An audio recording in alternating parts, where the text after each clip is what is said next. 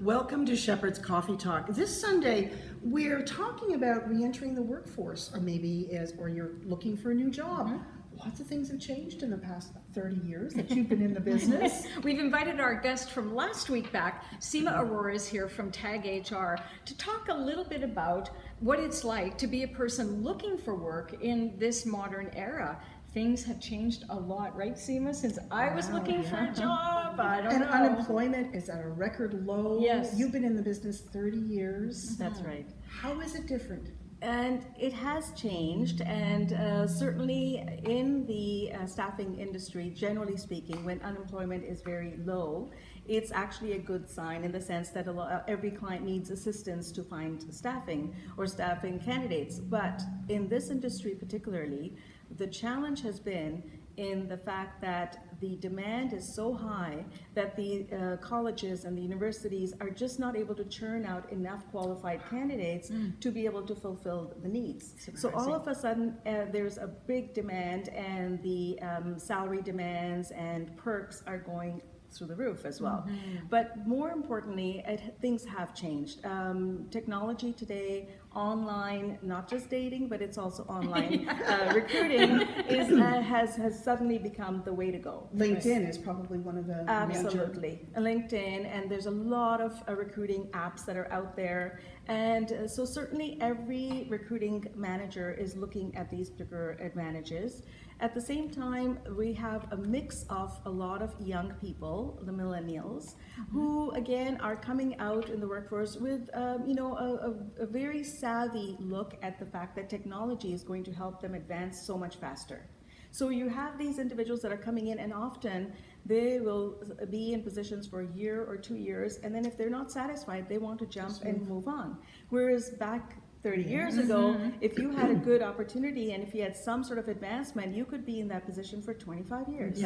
So that is a big change. And I think it's a matter of, it's a bit of a melting pot situation, but we've been finding ways of making it work, but it's challenging. And what's the difference then between what you do and what happens online? When people, is it sort of the same thing between using a real estate agent and using that service where you don't deal with the person? Is that a similar idea? Is it the service that people will get? What is it? So it's relationship building. It's, if simply matching a resume was sufficient, then there would be no need for staffing companies, and it's not. So soft skills, understanding what a client, what a manager is looking for in the individual, how they're going to adapt well to that particular team. There's so many attributes that we tend to go through that full cycle to ensure that that situation is going to be a good fit. The second element is that everybody uses technology, but you use technology as a tool, not as a replacement. Right. So that's again what really helps, and obviously the younger force is much more accessible online, whereas the more mature individuals, we have a database of almost 100,000. So we have people that we've been working with over the last 30 years. Are your clients looking for people over 50 or 55? Good question. That's a really good question, and as a matter of fact, they are. In fact, we have a very high percentage of individuals that retire from their official sort of career positions and then become consultants.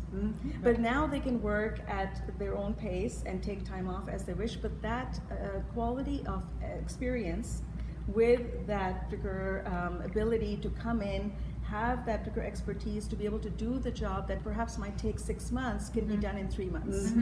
So there is actually value, but everything is a case-by-case situation. Now, on a more superficial but very important note, you are very fashion conscious, always looking impeccable, I must say. Beautiful. With the help of shepherds.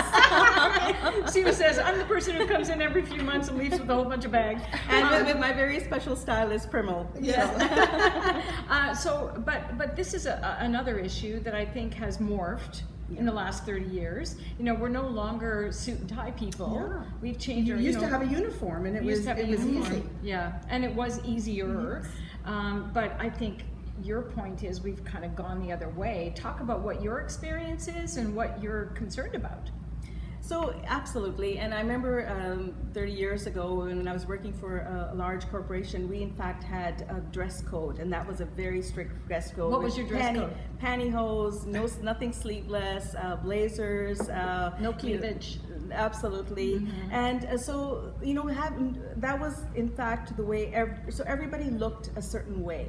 So obviously there became a lot more flexibility over the years, and now everybody wants to develop their own style, which is fantastic. However, what we find is the first impression is something that cannot be replaced.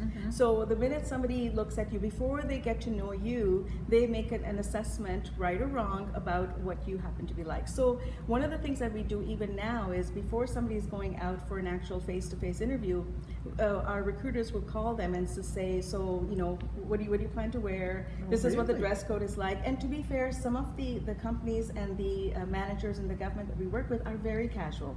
Right. So it's important for us to coach our candidates and let them know, perhaps don't actually go as dressed up as you were thinking. Okay. Go a little more casual. Okay. So it works both ways. Okay. But still, it's a matter of getting up and taking that little bit of extra care to make sure that you're looking put together. That I think is more important. And they take that advice? They The do. younger generation? They do take that advice. Some of them disregard it. I mean, we've had some people go in with dreadlocks and so on, but it doesn't matter. That is fine. But if you go in disheveled, you're going to be ruled out, and then they want to know afterwards why they weren't chosen. Right. So we do sometimes let them It's a know. difficult conversation, Yeah, it right? is. In today's world. Sure, it is. It is. Yeah. But it's important. I mean, as you say, you have one 10-second window to make an impression on somebody, and like it or not, we're judging each other on how we look. It's unfortunate, but that's our That that's hasn't our world. changed. No, that's our world. Yeah. So I guess today, then the message really is, when you care about how you present yourself, whether it's your soft skills or your gifts and your presence, you stand out. You stand out from other people. Absolutely, and not just for that first interview, but also to be considered for advancement, Yes, exactly. managing Yes. projects, opportunities for promotion. So Right. everything comes into play, and often there's a saying we use often in the office: dress for the job you want, Yep. not the job you have. So if you want to become, get into management, if you want to do more, then work your way up to that before you're given the opportunity. Stay on your game. My mother always used to say, you never know who you're going to meet. Yes. You never know who you're going to meet, and isn't it the truth? Absolutely. Anyway, Yeah, Yeah. great advice. glad we met you, Seema. Good Aurora. insight. Thank Thank you. you very It's much been for a real joining us. pleasure. Thank And you. we'll see you next Sunday at Shepherd's Coffee Talk.